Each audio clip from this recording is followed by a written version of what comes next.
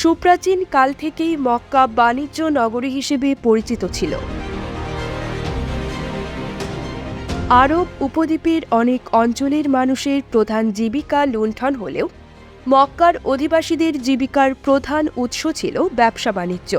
ইসলাম ধর্মের সর্বশেষ নবী হযরত মুহাম্মদ সাল্লাল্লাহু আলাইহি ওয়াসাল্লামও নবুয়ত প্রাপ্তির আগে ব্যবসা বাণিজ্যের কাজে নিজেকে নিয়োজিত করেছিলেন।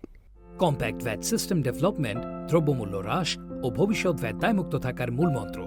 ভ্যাট দায়মুক্ত থেকে লাভজনক ব্যবসা পরিচালনার বিশ্বস্ত সহযোগী দ্য রিয়েল কনসালটেশন, স্বচ্ছ ভ্যাট আইনে দক্ষ ন্যায্য ভ্যাট প্রদানে। ইসলাম ধর্মের বিকাশের পর্যায়েও তাই আরবের অন্য অনেক প্রাচীন রীতির মতো ব্যবসা বাণিজ্য করাকে হালাল করা হয়েছে। মহানবী সাল্লাল্লাহু আলাইহি ওয়াসাল্লাম প্রতিষ্ঠিত মদিনা কেন্দ্রিক ইসলাম রাষ্ট্র ব্যবসা বাণিজ্যের প্রসারে পৃষ্ঠপোষকতা প্রদান করেছে।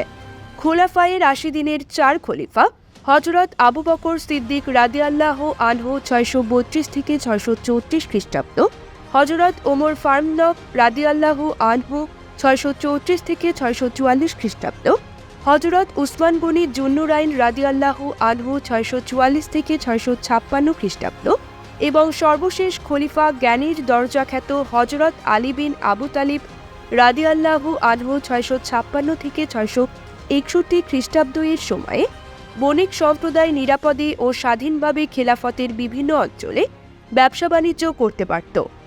মহান খলিফাদের অনেকেই ব্যবসা বাণিজ্যে নিয়োজিত ছিলেন। প্রথম খলিফা হযরত আবু বকর সিদ্দিক রাদিয়াল্লাহু আনহু ছিলেন একজন কাপড়ের ব্যবসায়ী। তিনি ওই কাপড়ের ব্যবসা করেই বিত্তশালী হন। ইসলাম ধর্ম গ্রহণের সময় তিনি প্রায় ৪০,০০০ দিনারের মালিক ছিলেন। তিনি বলেন, কোরাইশদের মধ্যে আমি সবচেয়ে বেশি সচ্ছল ও সুখী ব্যবসায়ী ছিলাম। জাহেলিয়া যুগে তিনি অনেকবারই মহানবী হযরত মুহাম্মদ সাল্লাল্লাহু আলাইহি ওয়াসাল্লামের সঙ্গে ব্যবসায়ের উদ্দেশ্যে দূরদেশ সফর করেছেন। ইসলাম গ্রহণের পরও তিনি ব্যবসায়ের উদ্দেশ্যে দূর দূরান্তে সফর করেছেন। তবে মদিনা কেন্দ্রিক ইসলামী রাষ্ট্রের দায়িত্ব নেওয়ার পর তিনি খেলাফতের গরম্য দায়িত্ব যথাযথভাবে পালনার্থে ব্যবসা বাণিজ্য থেকে নিজেকে গুটিয়ে নেন। প্রথম খলিফা হযরত আবু বকর সিদ্দিক রাদিয়াল্লাহু আনহু এর মতো দ্বিতীয় খলিফা হযরত ওমর ফারুক রাদিয়াল্লাহু আনহুও ব্যবসায়ী ছিলেন। ইসলাম গ্রহণের আগে তিনি ব্যবসা বাণিজ্যের উদ্দেশ্যে বহু অঞ্চল সফর করেন। ইসলাম গ্রহণের পরও তিনি নিজেকে ব্যবসা বাণিজ্যে নিয়োজিত রেখেছিলেন। আল্লামা সুলাইমান নদভীর মতে তার অন্য সংস্থানের প্রধান অবলম্বন ছিল ব্যবসা। খিলাফতের মহান দায়িত্ব পালন করার পাশাপাশি নিজের পরিবার পরিজনের ভরণ পোষণ চালিয়ে নিতে তিনি ব্যবসা করতেন। ঐতিহাসিক তাবারি, ইবনে সাদ প্রমুখের বিবরণ থেকে জানা যায় যে খলিফা হযরত ওমর ফারুক রাদিয়াল্লাহু আনহু যখন শাহাদত বরণ করেন তখন তার কাছে বায়তুল মালের ৮০,০০০ দিরহাম পাওনা ছিল।